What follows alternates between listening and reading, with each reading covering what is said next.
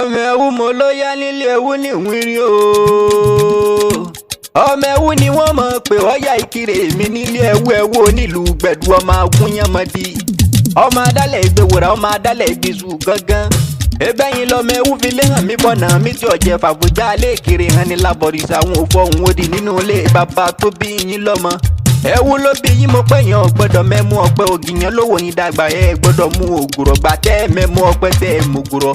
Kí wá ní ìgbágó ni ẹ mọ́ rìn nílẹ̀ sí Omoewu délé ewu dàkísà gbàdéwú ní ìwírí ọmọ adílẹ̀ ìgbéwu. Mo gbé ọmọ onígbó rúrúrú àjòjì wọn ò gbọ́dọ̀ wọ.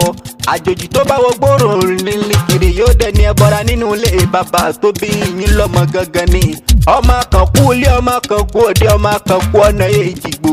Ebi bàbá yín lọ́mọ kan kú olókùn tí ó san máa dájọ́ jiyàn máa dájọ́ nà rẹ o.